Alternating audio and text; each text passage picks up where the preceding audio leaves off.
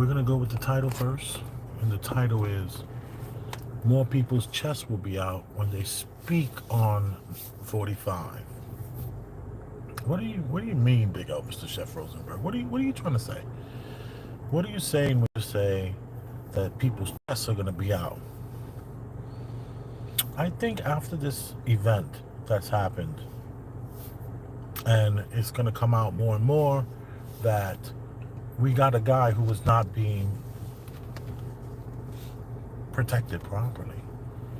We have a young guy who's ready to go on to whatever platform and speak his truth that he told the police, yo, there's a guy walking with camouflage and he's scaling up that building right there, 150 yards away from where the president is. And the cops didn't do anything. They were like, yeah, whatever. So what does that say to us? That says that we have the Secret Service who didn't do their job properly, who allowed a man to scale a building in order to take a shot, which he took 5 shots. And then when you hear the 5 shots go off, you even see that number 45, he turned to see what's going on with the shots, and then that's when he grabbed his ear, and then he ducked down. How the hell was in Secret Service before the 3rd shot happened or the 2nd shot happened? Why was he not just jumped on? Why didn't that happen? And I'm going to tell you why. Because they wanted it to happen. It was done on purpose. We're dealing with obviously a guy whose team is ready to have him get out of here. Or they could be just following orders. You know, who's giving them their orders? Who's running the show? What, did they get it in an email? Is this a group of Secret Service that are conspiring together along with law enforcement in order to stop this man? And I would say, yeah. I would say that when the president comes, you have to secure that whole area. Why wasn't there like a scaffolding system, like some sort of like what's the scaffolding, like sorry, I looked at the chat for a second, I got distracted, excuse me. You know, like they could have just erected a scaffolding to be some sort of tower to be able to see in the distance. They could have and should have had the choppers going back and forth, surveying that area, seeing what's out of place. But for a young man to be able to go and say, yo, there's a guy climbing up this building and he got a gun with a scope on it, and it get ignored. I would like to see who are these officers that did this young man get. It would have been nice if he would have got it on camera. You know, I'm not saying that I don't believe this young man, but what's also interesting is that LJ, today when her and I were discussing this event, she was saying how did somebody throw a firecracker at him? And like, you know, maybe it was a firecracker that hit his ear. And I was like, no, babe. Like, what are you talking about? This man, there's a man whose head got blown off that was in the way. So this shooter is on this building 150 yards away, which is only 1.5 football fields away. They say that a novice can hit that target at 150 yards. So you don't need very much training in order to hit your target at that distance, because you know these bullets are moving 2,000 miles per second. You know, is it 2,000 miles per second? 200 miles per second. It's how does that work? Well, I don't want to make any statements on like how fast these bullets move, like the 22 versus the 32 and rifle. I don't really know the math on that. But from what I've been looking at. This is a shot that could be made by a novice. But there was a problem. When that guy was trying to get Trump in his sight, number 45, we're calling him, uh, there was a guy in the way. So he takes out the first guy, and that's when Trump turns to see what's going on, and that's when he got the second one. And it's just so interesting that had he not turned, we talking about it would have been a temple shot. Trump would have had a bullet in his temple had he not turned and had that person's head not been in the way. And it's sad that someone died blocking the shot that took out that was trying to take out the president. You know, it's so sad. And I think someone else might have been shot as well. They say a woman. You know, there's so much stuff going on. But last night I went to see a client up in Co-op City in the Bronx. So I'm in Co-op City and I get in the elevator, and some guy gets in the elevator with his friend and a wife, and he says, "Oh, I'm going to 3." I said, "Okay, I'm going to 12." So I press 3, I press 12, and he right away says, "Man, that's crazy what happened with Trump." And I said, "Yo, that is crazy, dude. What do you think about that?" And he says, you know, I think they went about it the wrong way. You know, they want to get people out of there. They going about it the wrong way. There's a way you're supposed to, if you don't like somebody, you got to do it without the violence. And I was like, "Oh, okay." And he was just like, "What do you think about the shooting?" I was just like, I think that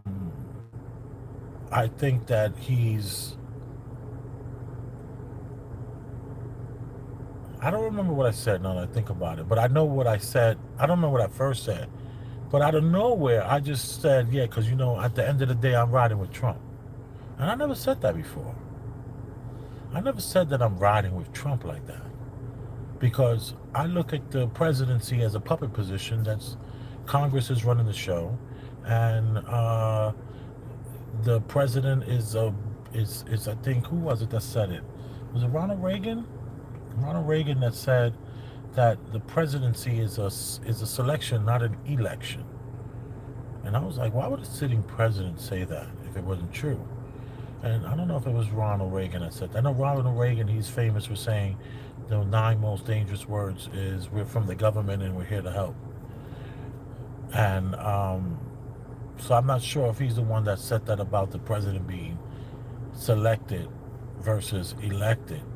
But I seem to believe in that. And I don't think, like the naysayers that are out there, I don't think this happened to 45 in order to solidify his return to the White House. I think if an election could be done legally and properly without all the shenanigans that happened 4 years ago. You see, this is the thing. The reason why I wasn't riding with Trump or riding with anyone is because no one is talking reparations. I have that issue. If you're not speaking reparations, then I'm not voting for you. And my thing is that Trump, if my attitude is, if you believe that you were cheated and that there was voter fraud, as he maintains it, because I know they were trying to get him for voter fraud. It was like so much drama, and I was like, wait a minute, voter fraud. If it's true, then why would you run again? Why would you use all that jet fuel to go to these places, to set up these stands and these just to talk to the people, if no matter what you say, it can be just taken from you and the people's vote never matters? And I was thinking, who would do that again? So I kind of like, stood out of it most of the time. I don't really care anymore. But after seeing the man get shot like that while in that elevator, I said, I'm riding with Trump. And I kind of wanted to push that feeling, because when Trump raised his fist up in the air like that, I mean, I don't think a man didn't feel that. I mean, the way he grabbed his face and dropped down, it's like he was in control of that situation where the Secret Service truly dropped the ball. They were late in running up on him. They were late in extracting him, and then there was like he was like Donald Trump was like, "Yo, man, let me get my I want my shoe put my I want my shoes on," because they want to tackling him, bringing him down lower to the ground opposed to where he was at behind the podium, and next thing you know, um, he's he wants his shoes on and he's raising his fist and he's like, fight, fight, fight. And it's like, normally I would see this and I would say, this is some sort of ruse, this is some sort of staged event. But I no longer am looking at it from that point of view. I'm looking at it from, like, when a person gets shot or there's bullets flying, you have a fight, flight, or freeze. That's nothing you can do about it. It's all about you, deep in who you are, what represents you, the person that's going to represent the fight, flight, or freeze. And, we got a situation where this guy was in all fight mode. Like, where am I? I'm not leaving without putting on my shoe. And then he got his fist up in the air and he's pumping that fist.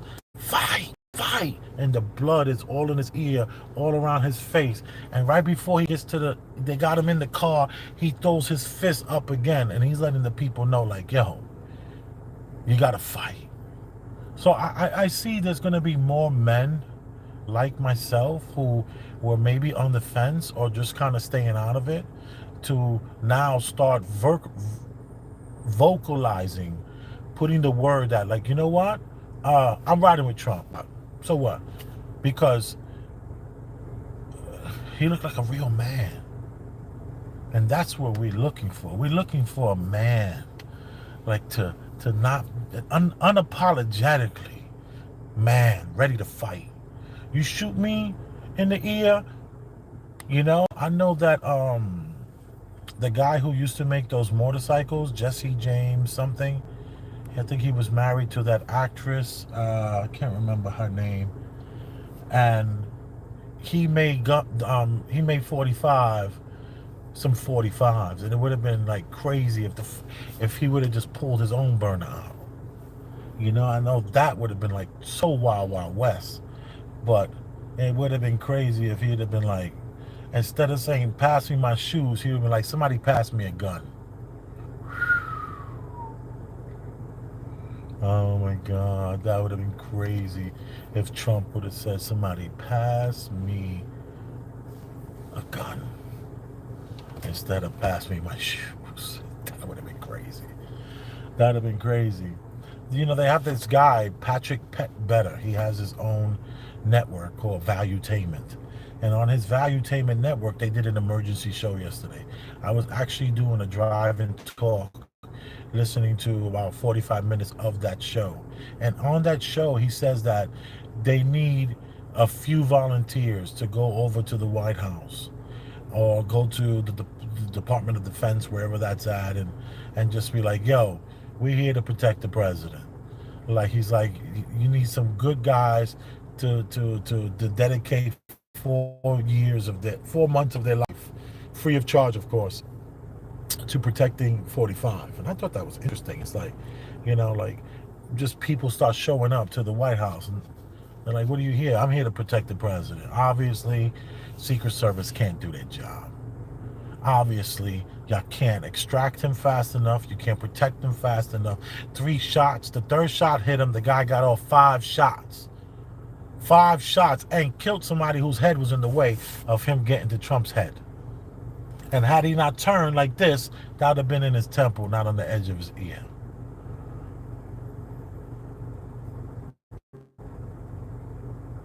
Am I riding with Trump?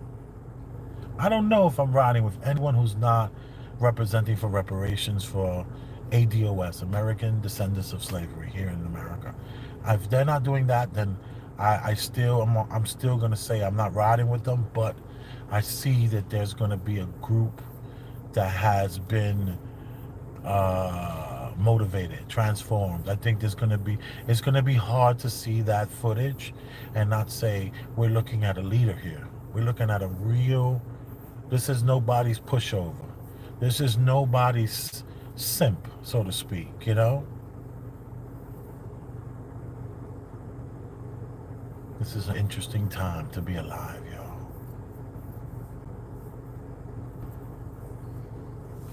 Should I be reading the chat? I really don't read. This is a value for value show. So, if you have a question, you can hit the Cash App, $ Elvis Rosenberg. The Venmo is at Elvis Rosenberg. And that's a good way to get my attention if you got any value out of this. What's up, Steve Latner? How are you, my friend? Do you remember the 1970s movies Walking Tall? Walking Tall, that's the guy with the stick.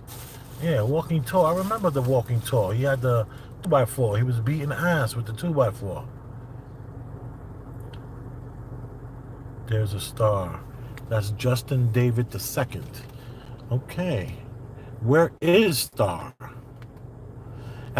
Star said he had things to do and he wasn't going to do a show yesterday. So there's that.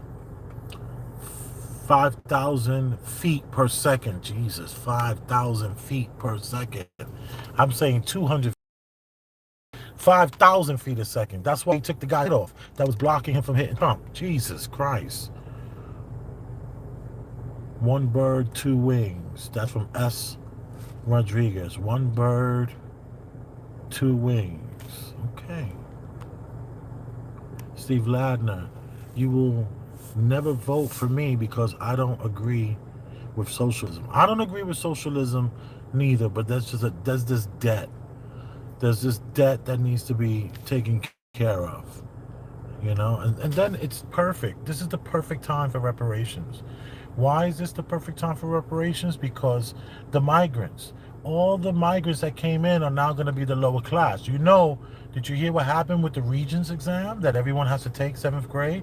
Regents exams, that's over. You don't even need the Regents exam any longer. Why? Because the migrants that are coming in, their children are just, not going to be educated enough to pass any of these tests. So this is going to be the perfect bottom class.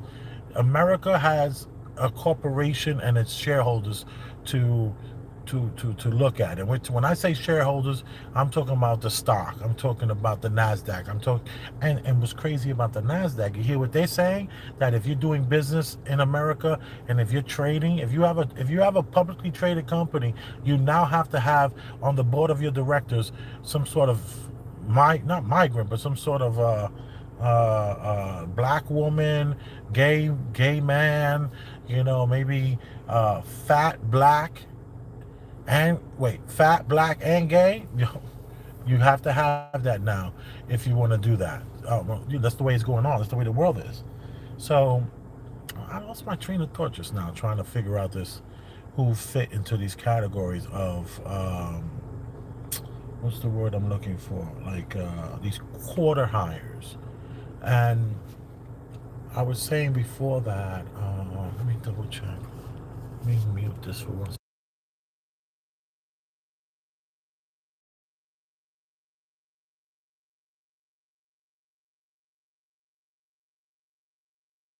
Okay, I was looking at the chat and I was reading Steve Ladner's "You Never Vote for Me," and I was talking about how this is the perfect time because I don't see the social. I do understand the socialistic aspects of reparations and how that can be like crazy because if they're gonna give you money in a check, then they're gonna have all these stipulations and yes, I see how that can be socialism. But here's another thing: there's just not enough American descendants of slavery to change that trajectory of America and destroy the dollar and all that stuff. It won't happen because the bottom class has been created by the migrants that are here in this country right now. All these migrants that are here are allowing reparations to be a reality. So try to look at it from that perspective. I know it's difficult, I see it from your perspective and the socialism aspects of it, but I do know that there's a debt that needs to be had. If you're around um, black people enough, and when I say black people, American descendants of slavery, we're not talking about the immigrant blacks who were who pushed out the American descendants of slavery in the construction world for the Jamaican. The black man got pushed out for the Jamaican, and that's just the way it went. And now, as we can see, even the Jamaican is getting pushed out for the migrant and their workers. They have all these pools in New York City, and the mayor is trying to tell everyone we need to hire the migrants because they know how to swim, instead of saying we need to have bigger programs during the winter to prepare our young people for the swimming. There's tons of black people that could be lifeguards making, all that summer money. I think they make something like almost 30 grand in the summer months. So my thing is, all these jobs are being destroyed. So what are we going to do now? What are we going to do with the debt that's owed? There's a debt that's owed, and because of this debt, there's no transfer of wealth. The black man in America is not transferring any wealth. This is the biggest wealth transfer in American history that's going on here. The next 5 years, all these all this money is being transferred to the great grandkids, and there's no one that doesn't exist for the ADOS man because of all the things like redlining. And redlining is when they just mark territory where you cannot live here unless you are Caucasian. So if you're Italian, if you're Irish, you can move into this neighborhood. If you're Middle Eastern, you can move into these neighborhoods. But if you're American descendant of slavery, you can't even. We won't even give you the loan. We won't even if you can pay for the house, we won't even allow you to buy it. And America has imprisoned tons of friends of black people that were like, yo, buy me this house and I'll live in it. It'll just be in your name. And their friends wind up going to prison for years. There's tons of stuff going on. I suggest you look at the book. It's called Redlining by, I can't remember right now, Schultz, something Schultz, Peter Schultz. I can't remember, don't quote me, but it's easy to find the book. It's really, really good. I bought like 20 of them and gave them all out to everyone I knew. It was an eye-opening, aha, oh my goodness moment on what has been done. And what has been done is there needs to be a change. There needs to be a way for the migrants to come in, take these jobs, and for the ADOS to now develop some sort of ways. Oh, it's called The Color of Law by Richard Rothstein. That's Richard Rothstein, The Color of Law, and that's all about redlining. And what I was gonna say, yeah. So I just think people are gonna have their chests out. They're gonna be feeling themselves. They'll be like, I'm riding with Trump, and so what? Because it's good to see a man act like a man. There was no fear in Donald Trump's face, no fear whatsoever. He don't even know if he's shot in the body. There's this one little clip that I saw where his um, his his suit had a hole in it, and one of the secret services were pulling him. You could see there was some sort of like tear in the suit that he was wearing. So is that tear from possibly a bullet that hit his bulletproof suit? Because I know the suit is made out of Kevlar. If I'm not mistaken.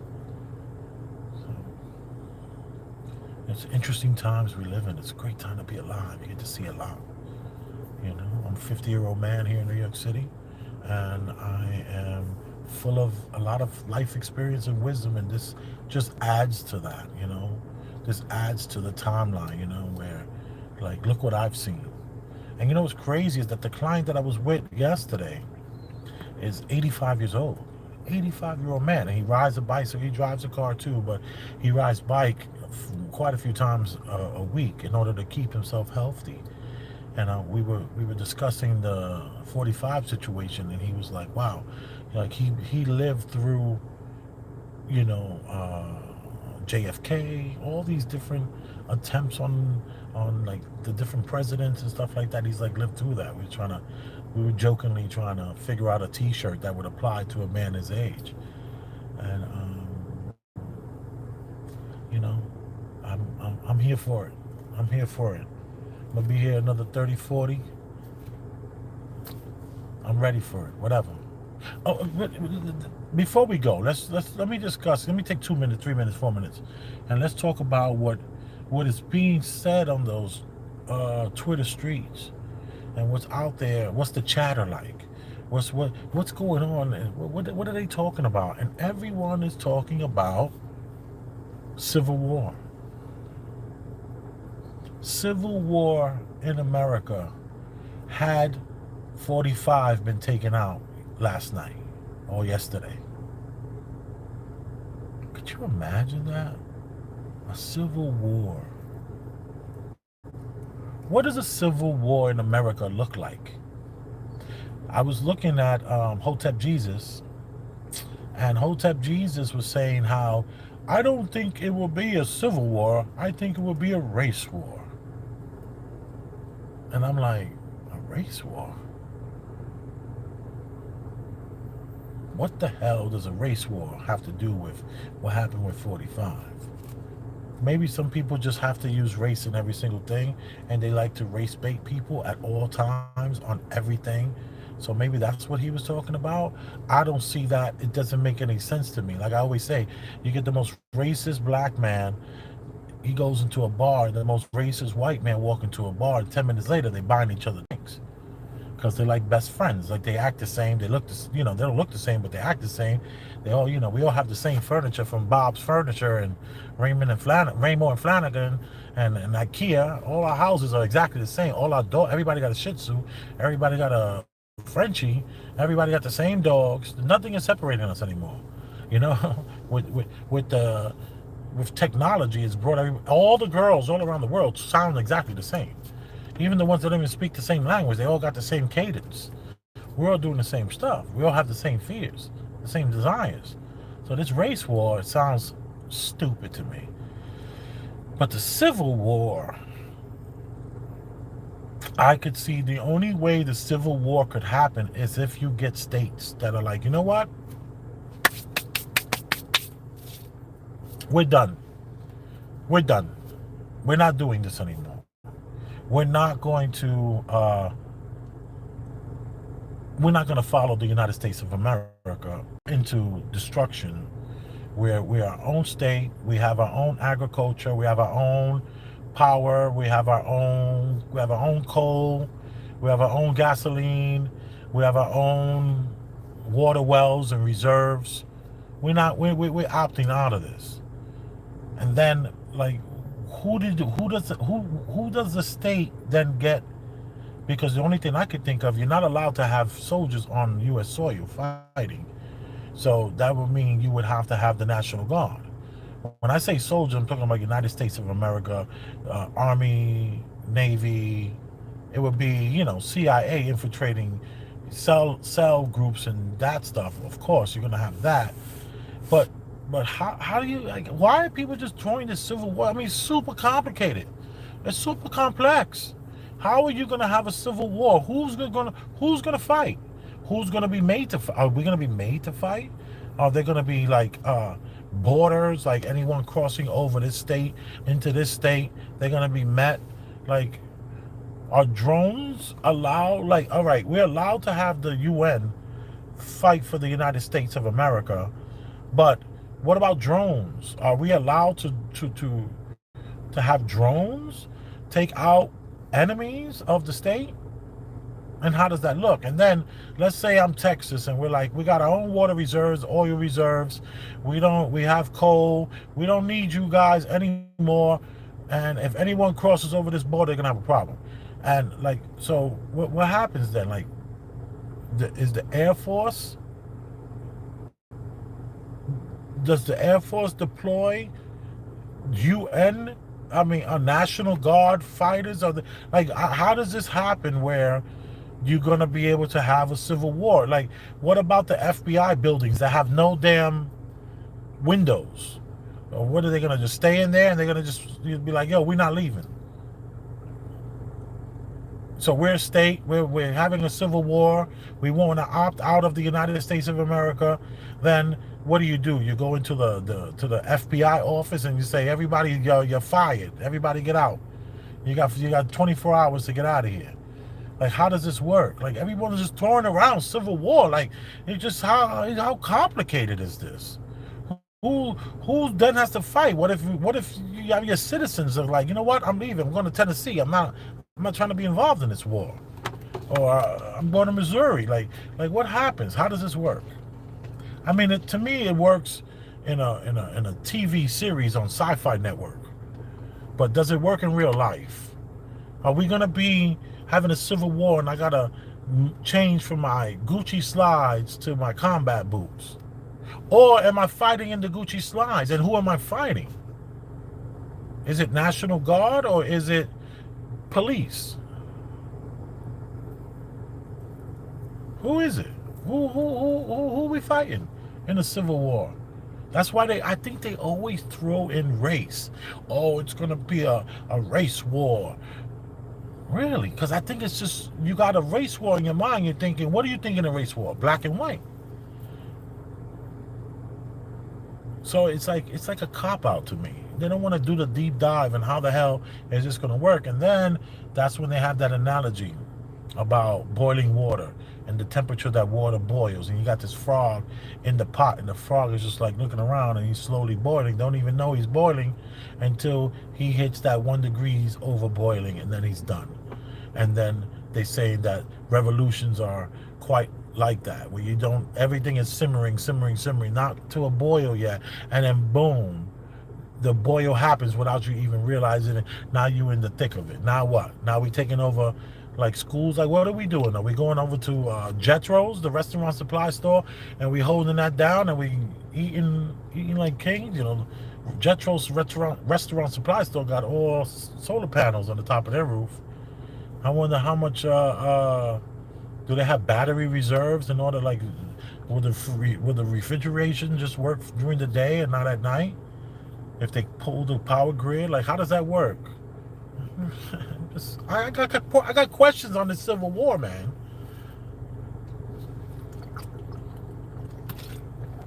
Anyway, I'm Big Elvis the Chef Rosenberg. I thought I would take a moment and talk about 45 and how men are gonna have and women are gonna have their chest out and say they riding with Trump because of him putting that fist up in the air, that Black Panther style fist. You know, that was definitely a power to the people fist. You can't, I mean, first they give him a felony, next thing you know, he's going power to the people. That's what Trump is doing. He's going power to the people. Fight. But let me get my shoes before I get out of here. You don't want to see his shoes on eBay. You know how much those shoes will be worth on eBay with a little bit of blood on them? I want to put a bid on those shoes. I digress. You are appreciated. I love you. I thank you. Thank you for tuning in. Let me see what we got here. Eva Truth, how are you? Your new look is fire. Thank you. B-Rob, if? Yeah. B-Rob, almost like divine intervention. You're into that sort of thing. I guess that's if you're into that sort of thing. This is Steve Ladner. The United States doesn't actually have a Department of Homeland Security. Yeah, they're like, where are they? Like in the building? They're in like the federal building or something like that? I don't know. Well, S. Rodriguez, Steve Ladner, Bebop, Latasha Jordan, S. Rodriguez, everyone, you are appreciated. Let me check the Cash App, see if anyone has a question. Hold on for 1 sec. All right, so there's no one that's hit the Cash App today. It happens, you know. That's $sign Elvis Rosenberg. That's $sign Elvis Rosenberg. One word. You are appreciated. You are loved. And thank you again. Don't forget, this is a value for value show. Justin L. Houston. I don't know. Hold on, I missed it. God bless. Okay. I've traveled, this is Steve Ladner. I've traveled the world and seen some crazy things. It's why I pray every day all of hell doesn't break loose. most people in the States don't have a clue to how things can really get. We don't. I personally am clueless to a civil war and what's going to happen. Because who's running the civil war? Like if let's say there is a state and the state is like, yeah, we like to me that's the only way civil war can happen if the states have to opt out. What if no states opt out? You're telling me the people are gonna rise up and then do what? What are the people gonna rise up? Where are they gonna go? Where are they gonna go? I'm thoroughly confused. You just like take over the UN building? And do you take over the FBI building? And who's going to be able to do that? How are you going to get past the guards in the front? Are you going to make it in the lobby? You don't even know the windows are always so blacked out. You have no reference. No, you have no maps to like you're going to pull the messengers to the side. Yo, when you was a messenger, when you was 20 years old, do you remember the outlay of that building lobby and stuff? Like, come on, who's doing the Civil War? Is my 13-year-old son going to be like, Dad, I'm going to go to the front line. I'm out of here. I'm going to fight for my country. This is wrong. I'm like, what? What's going on? I'm confused. Anyway, you all appreciate it. I keep saying that. And it's true. And I love you. Big Elvis the Chef. I'm here. And I'm out.